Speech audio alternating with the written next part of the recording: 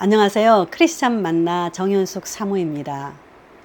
여러분은 하나님을 전지전능하신 분이라고 잘 믿고 계십니까? 우리가 오랫동안 어떠한 것들을 기다리고 또 하나님의 침묵의 시간이 길어지면 참 견디기 힘든 게 우리네 삶인 것 같아요. 그러다가 포기해버리고 우리 생각대로 어떤 일을 추진해버렸는데 그 일이 또 잘 풀리면 사실 기도하지 않고 살아갈 때도 많고요. 또 하나님이 전지전능하신지 참 의심할 때도 많은 게 우리의 연약한 모습인 것 같아요. 그런데 오랫동안 침묵하신 하나님이 다시 어떤 약속의 말씀을 주신다면 우리는 어떻게 반응해야 할까요? 아브라함이 86세에 하갈이 낳은 이스마엘을 얻은 후에 13년이라는 긴 세월이 흘러갑니다. 그 긴 세월 동안 하나님은 침묵하세요. 그래서 아브라함을 만나주지 않은 모습을 우리가 성경에서 볼 수 있거든요. 성경에 보면 우리가 오늘 말씀에서 아브라함은 13년이 지난 후에 아브라함이 99세에 하나님을 다시 만나는 모습이 오늘 말씀에서 보여지거든요. 그런데 하나님은 아브라함을 처음 만나면서 아브라함에게 했던 첫 마디가 무엇인지 아십니까? 나는 전능한 하나님이라 이렇게 말씀하시는 거예요. 전능한 하나님, 우리 너무 잘 알잖아요. 전능한 하나님, Almighty God라는 이 뜻은 너무 잘 알죠. 못하시는 게 아무것도 없는 위대한 대단하신 하나님이라는 사실입니다. 그 사실을 하나님은 아브라함에게 다시 한번 상기시켜 주시는 것이에요. 그러면서 하나님은 정말 너무도 늙어버린 아브라함, 99세의 아브라함에게 전지전능한 하나님이라고 말씀하시면서 아브라함에게 또 어떻게 요구하시는 거죠? 너는 내 앞에서 행하여 완전하라고 이렇게 말씀하시는 거예요. 우리가 하나님 앞에 어떻게 완전한 모습으로 설 수가 있습니까? 우리는 사실 너무도 연약한 인간의 모습이잖아요. 그런데 하나님은 어떻게 그 불가능한 일을 아브라함에게 요구하시는 걸까요? 사실 지금 아브라함은 하나님 앞에 할 말이 참 많을 것 같아요. 아니 13년 만에 나타나셔서 저에게 완전하라니요. 그렇게 전능하신 하나님이신데 내 나이 75세에 저를 부르시고 24년이 지나도록 약속의 말씀만 계속 하시면서 저에게 아이도 주시지 않았잖아요. 도대체 전능하시다는 말을 하시지는 말든지 하나님 이게 뭡니까? 얼마든지 아브라함은 하나님 앞에 이렇게 대들 수 있을 것 같아요. 그렇죠?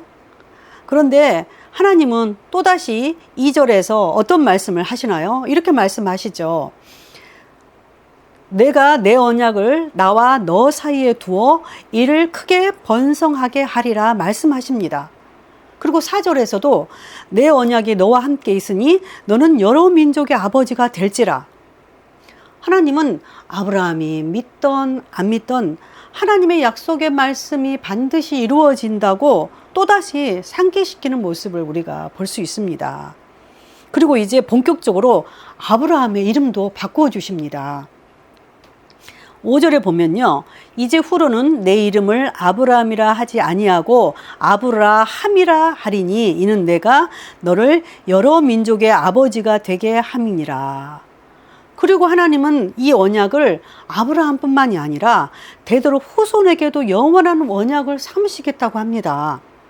7절에 내가 내 언약을 나와 너 및 내 대대 후손 사이에 세워서 영원한 언약을 삼고 너와 내 후손의 하나님이 되리라.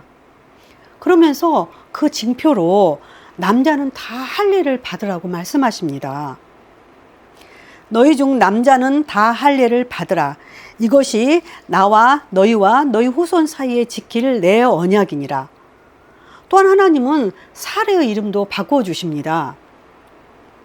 내가 그에게 복을 주어 그가 내게 아들을 낳아주게 하며 내가 그에게 복을 주어 그를 여러 민족의 어머니가 되게 하리니 민족의 여러 왕이 그에게서 나리라.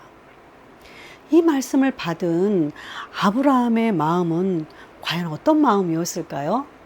성경에 보면 아브라함의 그 마음이 정말 자세하게 묘사되어 있습니다. 17절에 보니까 아브라함이 엎드려 웃으며 마음속으로 이르되 100세 된 사람이 어찌 자식을 낳을까? 사라는 90세니 어찌 출산하리요? 하고 이렇게 마음속으로 하나님 앞에 그 아브라함이 자기의 속마음이 드러나잖아요. 그죠?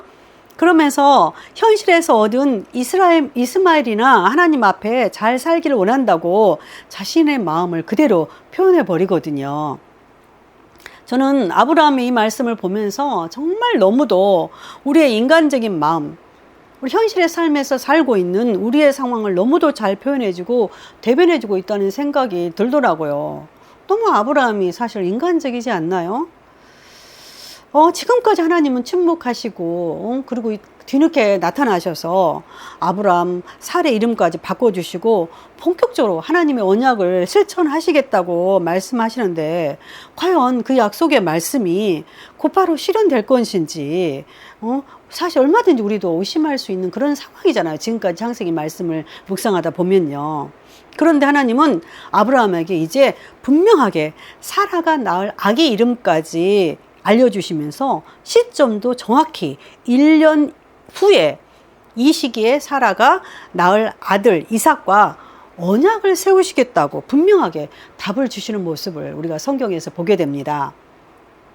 그리고 하나님은 이 말씀을 마치시고 아브라함을 떠나 올라가시고 아브라함은 하나님의 말씀대로 그대로 순종해서 모든 남자의 표피를 배워서 할례를 하는 모습이 구체적으로 성경에 나옵니다. 그러니까 아브라함이 할례를 행할 나이가 99세고요. 이스마엘은 13세였다고 나오거든요. 오늘 말씀에서 우리는 다시 한번 전능한 하나님에 대해서 생각해 보게 됩니다. 저도 요즘 하나님 앞에 간절히 기도하는 제목이 있습니다. 이 기도 제목이 응답되기를 매일 바라고 있습니다. 전능하신 하나님은 정말 모든 것을 다 이룰 수 있는 그런 분이신데 왜 그렇게 아브라함과 사라의 가정에 오랫동안 기다리게 하신 걸까요? 우리의 기다림을 통해서 하나님이 정말 원하시는 것은 무엇일까요? 우리는 정말 기다리기 힘든데 말이죠.